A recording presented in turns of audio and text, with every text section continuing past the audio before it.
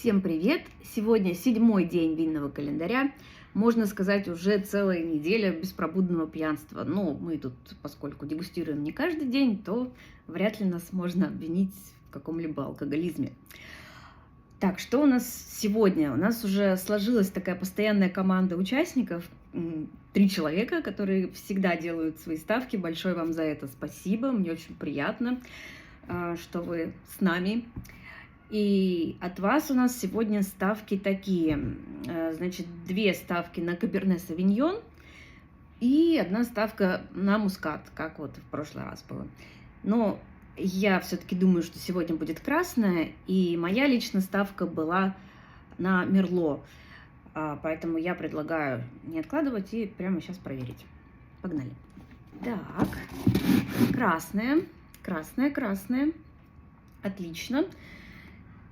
Так, ну что ж, поздравляю, это Каберне Савиньон. Так что у нас сегодня 2 человека получают почетный балл. Сегодняшний выпуск.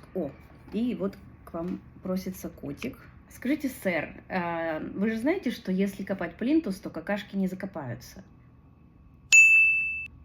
Ну, в общем-то, это был очень ожидаемый вариант Каберне Савиньон, потому что без него никак не могла эта коробка обойтись, потому что по статистике Каберне Савиньон, по-моему, самый популярный сорт, употребляемый в Калифорнии.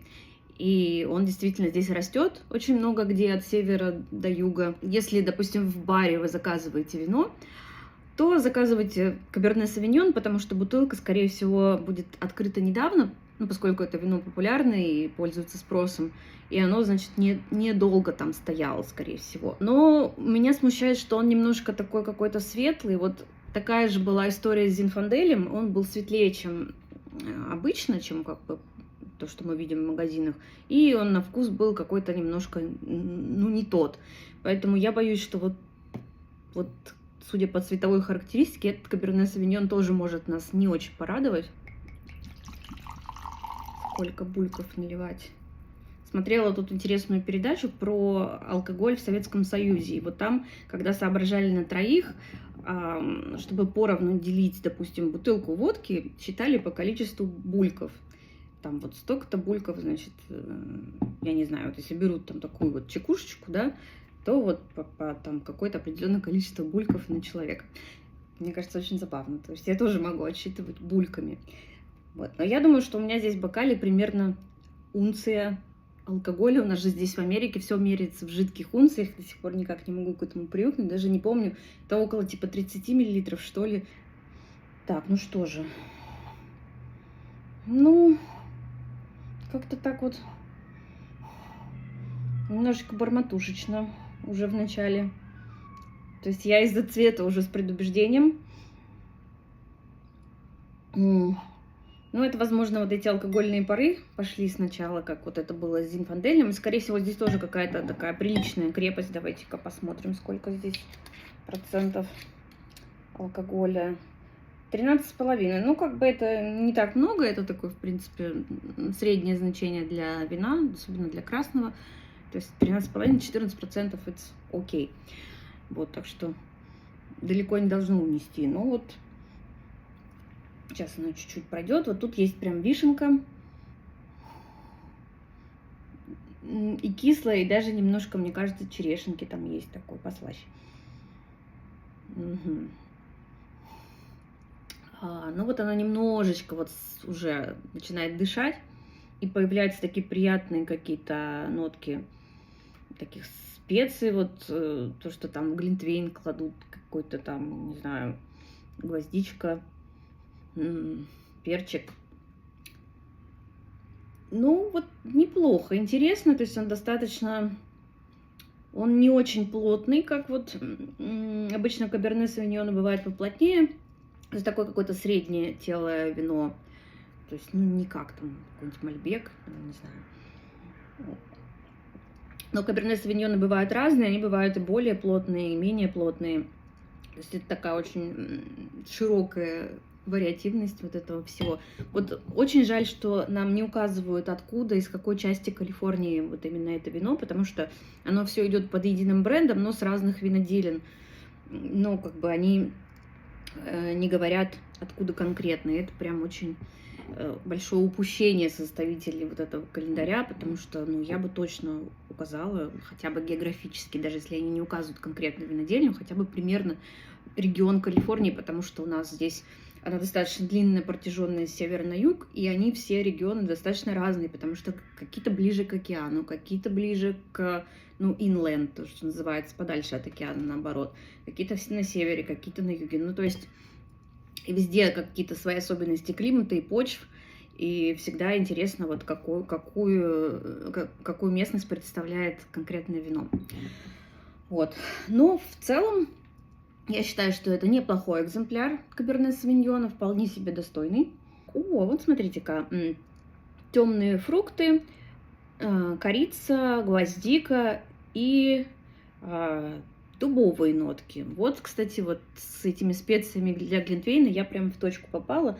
Ну, дубовые нотки я что-то немножечко не угадала, но вообще, на самом деле, Каберне Савиньоны часто выдерживаются, да, в дубовых бочках здесь.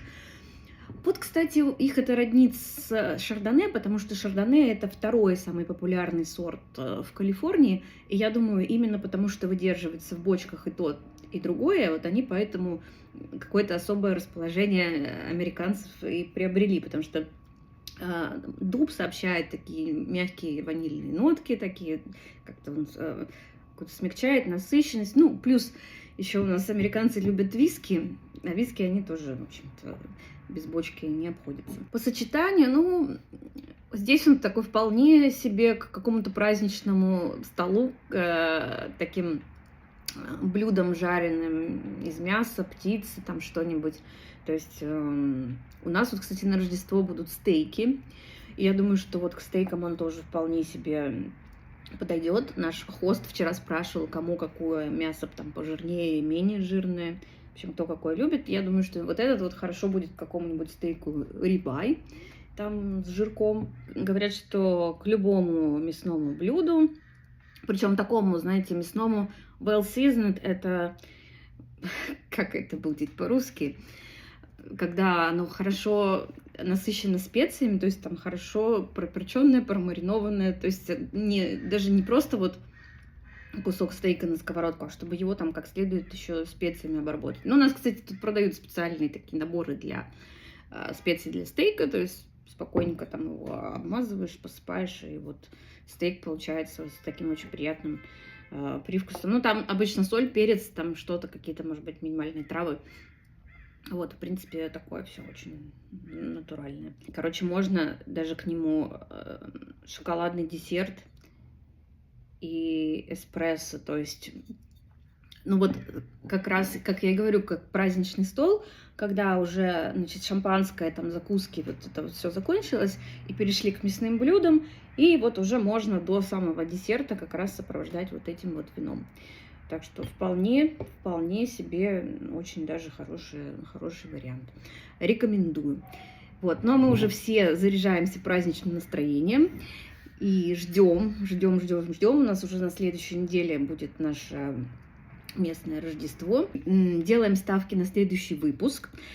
Что ж, я думаю, что они как-то вот так идут попарно, да, там типа 2 белых, 2 красных. То есть вот сейчас у нас красное, возможно, будет еще одно красное. Так что я все-таки дождусь своего Мерло, потому что его здесь не может не быть.